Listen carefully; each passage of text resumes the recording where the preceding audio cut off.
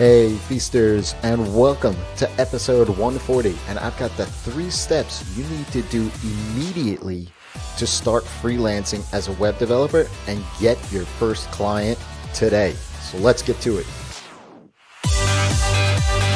Welcome to the Ask Rezzz podcast. I'm Jason, and I'm here to help you get past those bumps in the road, those struggles, those things that hold you back from building an amazing and profitable freelance business each and every single day. And since today is all about starting out, forget all the fancy tools and applications and iPhone apps and all of that stuff. We're going to get down to the brass tacks, the way that you can start your freelancing career as a web developer today and land that first client. So let's just assume that you've committed to this because, well, let's face it, that's the very first step in all of these things, right? To start out doing anything, you have to commit to it. So let's just get that out of the way. The very first thing, and I don't think that this is really going to come as a surprise, especially if you've heard a couple of episodes of the Ask Rezzz show or my other podcast, Live in the Feast, that the number one thing to start your freelancing career as a web developer is to find your niche.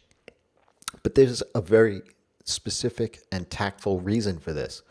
It's because the sooner that you can focus your efforts on solving a particular problem, the easier it will be to find your ideal client, your industry, the location, the technology, and to be able to market yourself to all of those things.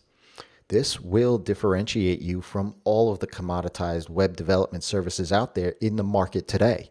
You will start out from day one by being a trusted advisor to your clients because you already start to understand the businesses, not just the lines of code that you're putting up on the screen.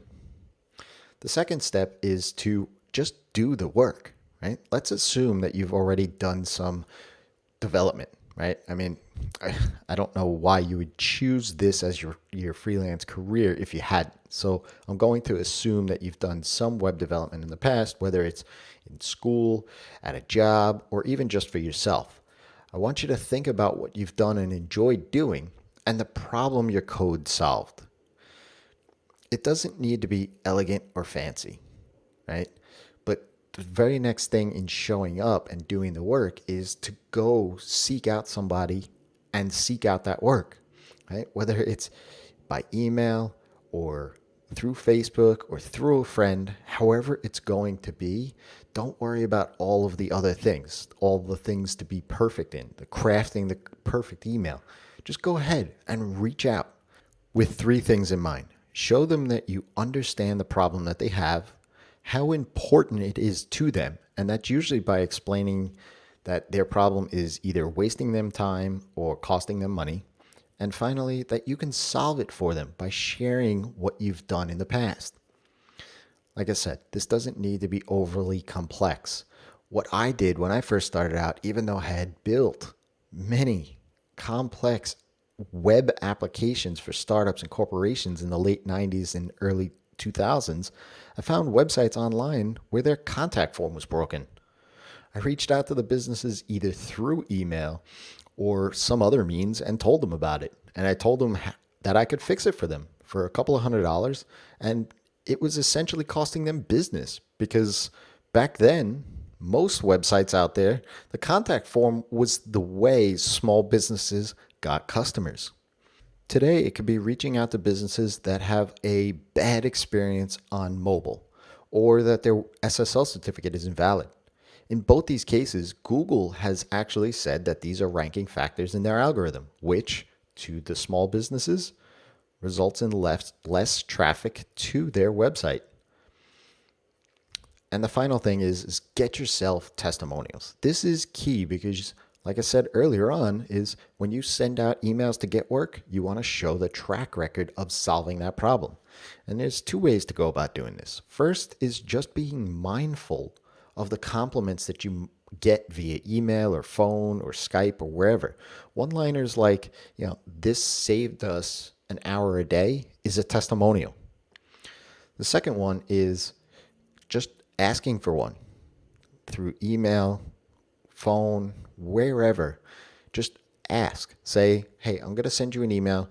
And I'd love it if you just provided me some feedback so that I can learn more about my business and make sure that I'm providing a good service to you and other clients.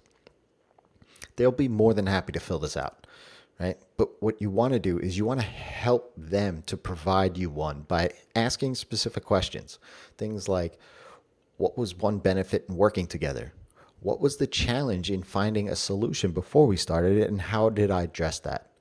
These kind of questions help you get more focused responses for yourself, but it also gives your clients specific questions to answer rather than just this open-ended thing that leaves them wondering, are they looking for just one sentence, or do I have to write 16 paragraphs?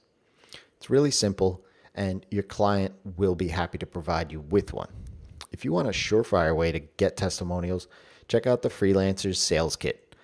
You can find that on my website by going to rezzz.com/saleskit as one word, where I provide you with the email templates and a video walking you through how to use them and nudge your client to respond to your testimonial request if they don't. There are other steps, like getting paid, of course, which, if you're just starting out, then keep it super simple by using PayPal or Venmo or some other means of payment like that. Even a check will do. But if you follow these 3 steps and get started today, land your first client, and then worry about all the things once you get this ball rolling. If you have a question, ask Rezzz. That's me, by leaving me a tweet at Rezzz on Twitter or sending me a DM through Instagram. I'm Rezzz20, the number 20 on Instagram. I'd love to be able to engage with you and answer your question. And maybe if I've heard this question before, make it into a podcast and give you a mention. Until next time, it's your time to live in the feast.